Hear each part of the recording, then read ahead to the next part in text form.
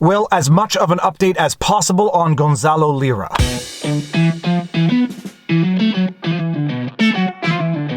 Viva Frei, Montreal litigator turned YouTuber, and this is Winnie the Westie, and not good news, and sometimes it feels like the world is a really dark place.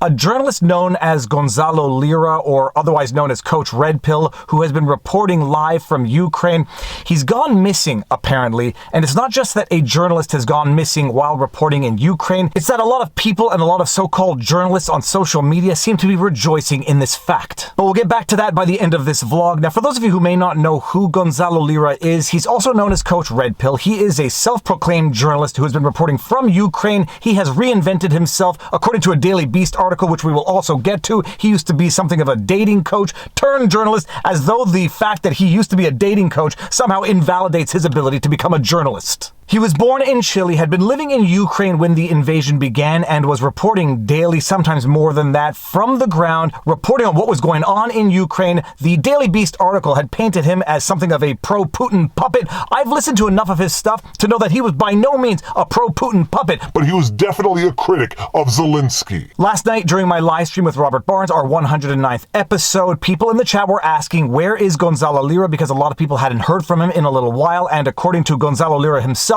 if you don't hear from him within 12 hours, well, he suspects bad things might have happened to him. So I want you guys to know that if ever you don't hear from me for 12 hours during this conflict, if it's 12 hours or more, assume that I've been picked up by the SBU, and assume that the people most responsible are the Daily Beast.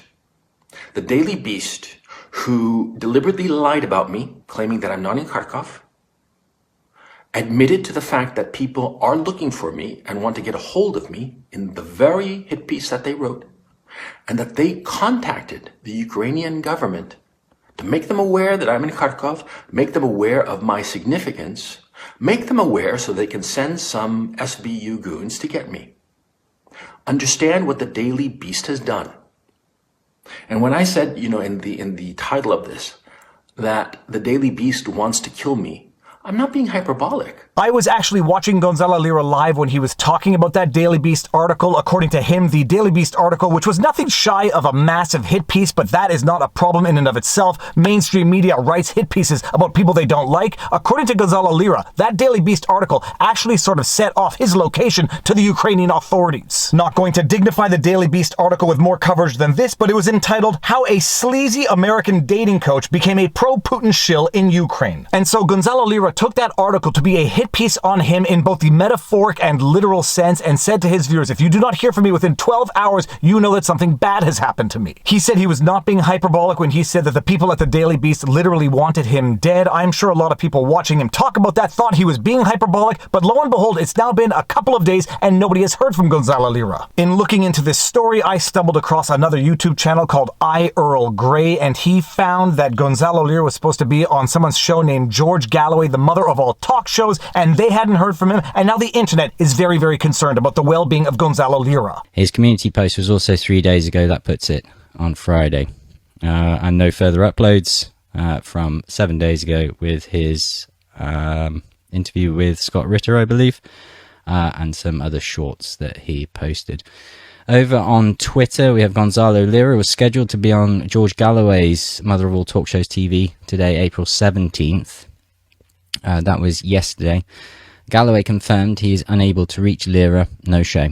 Lira has been missing for 2 days, 6 hours, and counting, presumed captured or no longer alive by Maps Ukraine. Well, at least the people on the internet with half a conscience, unlike other people who rejoice in the apparent disappearance of a journalist. And God save the life of Gonzalo Lira, from whom we haven't heard since Friday when he agreed to come on the show.